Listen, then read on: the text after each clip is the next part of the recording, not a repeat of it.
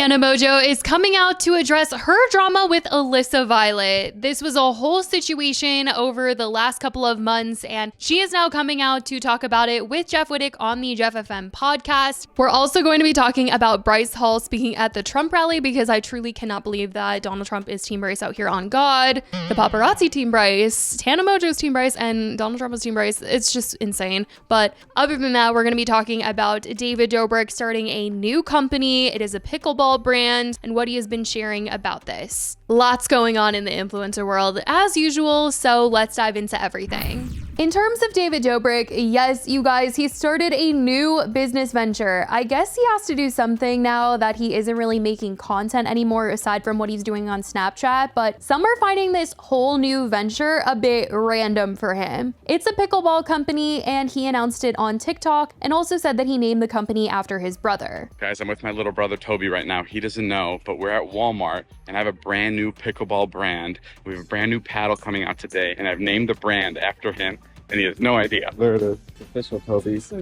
You're at every Walmart. It only seems to be paddles as of right now, and it's being sold on Walmart and in stores. But besides that one TikTok, it's all I've seen him really promo it. And I will say, as random as it may sound, David has been into pickleball since he's been offline. When he moved into the house that he lives in now, he originally had a basketball court, which he ended up converting into a pickleball court. And over time, it seems like he's just become more obsessed with pickleball. And last year, celebs and influencers flocked to his house as he hosted the Celsius Pickleball Classic. Yes, he had a pickleball tournament at his house. Stars like Taylor Lautner, Landon Barker, some of the former Bachelor cast was there, plenty of influencers. It was a whole thing. But yeah, that's what David seems to be up to these days. Like I said, aside from Snapchat, which I'm sure is like majority of where his money is coming from. I don't know how well Dobrik's is doing, but that is what is going on in David's world. Pickleball, Snapchat, I don't know, you guys.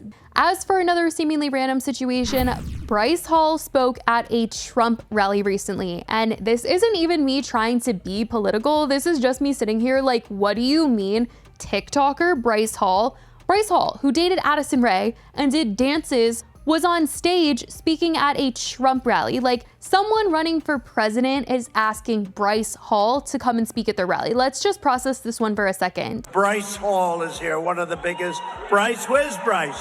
Come on up if you want, Bryce. Come on. What the hell? We have a lot of time, right?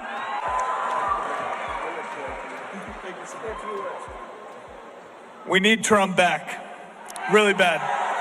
He ended up addressing this all on TikTok because everyone has just been like, what? And like, how did this happen?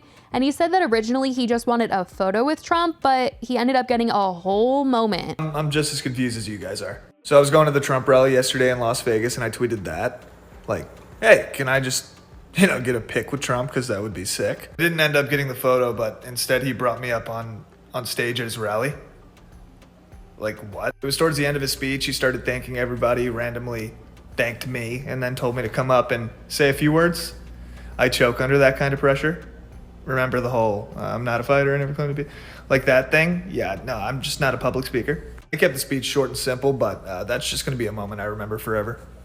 Just a monumental moment in my life. He also made a video kind of joking about the hate that he's been getting since being seen on stage at the rally. I'm getting a ton of hate right now, and I guess let's just address it. If you're not hating on me, I guess this video doesn't matter to you. I love you. But if you're hating on me and you're making countless videos about me, here's just my response. There's too many to like make individual responses to, so I'm just gonna do like one collective response. You hurt my feelings. I've been crying myself to sleep every single night and thinking about the hate comments and videos you guys are making about me. If your goal is to make a grown man cry, it is working. I'm sorry I offended you for my actions, but I promise to change. If there's anything I can do to make this right, please let me know. Yeah, no, did you really think that I was apologizing? If I made you mad, good. Oh, maybe you should cry about it. It's like the only thing you guys like haven't done. So maybe that'll You should try it. Make some videos crying, and I'll probably feel bad. Bryce definitely doesn't care about the hate that he's been getting because he has been very vocal about supporting Trump. So I can't be surprised that he was just taking this and didn't really care what people had to say, because I'm sure he's already heard it already based on some of the other videos that he's posted in support of Trump. But that is what is going on with Bryce. Now, this all kind of leads into talking about Tana. But before we get into kind of her addressing drama and the whole Alyssa Violet situation, she had actually mentioned something political on the recent podcast episode that she did with Brooke. She said that she was hypothetically, maybe allegedly offered a lot of money to endorse a political party, and she claimed to hypothetically, allegedly have seen a list of influencers who have seemingly accepted the deal. I hypothetically was just offered a lot of money to endorse a political party, like millions. Like I was just offered to endorse a political party. And then I was being allegedly told an alleged list of other influencers that have already hypothetically accepted money to do those hypothetical things that were hypothetically offered to me to hypothetically do. I think we can hypothetically assume who those people are. But it's not one or two.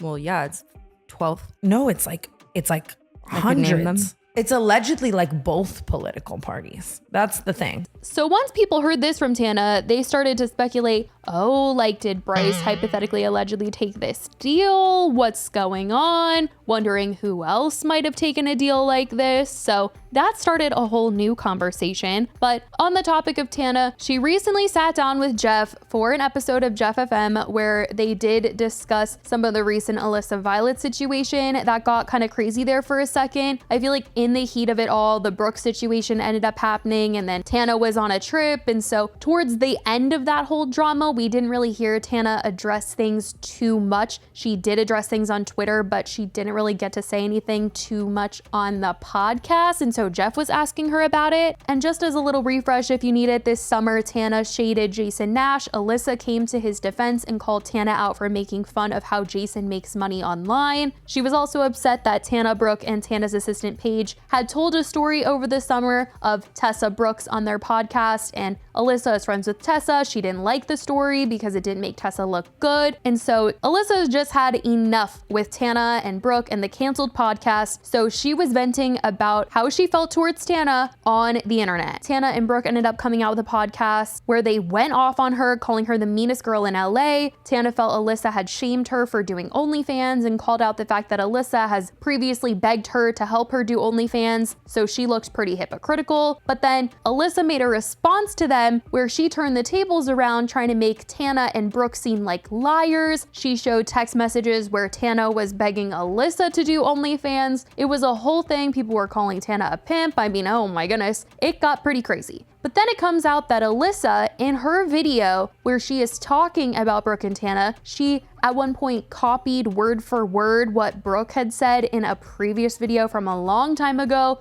when she was in drama with Tana. So people were like, what in the calculated mastermind is going on here? What kind of game is Alyssa playing? And when the account Spilled the Tea With Me called her out on it, she commented, took you long enough. So everyone was like, okay, so like, is it a game for Alyssa? Like, what the heck is going on? Tana ended up speaking out on Twitter, responding to some of what Alyssa said in her video. She deleted it very quickly and claimed that she was just going to be silent on the subject. She was going to be taking the high road. But when she sat down with Jeff recently, she did talk a little bit about her feelings about all of this and drama in general. And do you regret beefing with Alyssa Violet? that's an interesting question.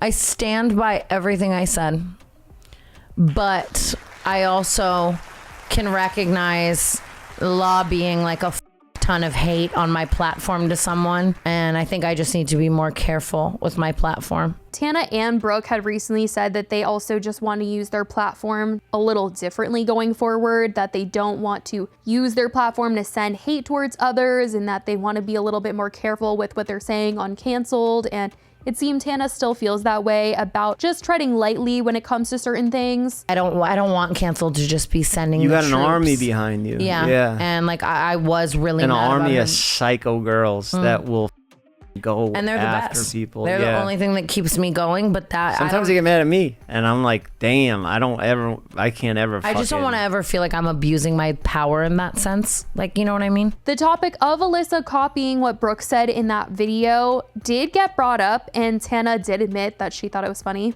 I was really mad about her TikTok, and I stand by everything I said was a fact. You know, everything. Didn't she copy Brooke bar for bar? Mm-hmm.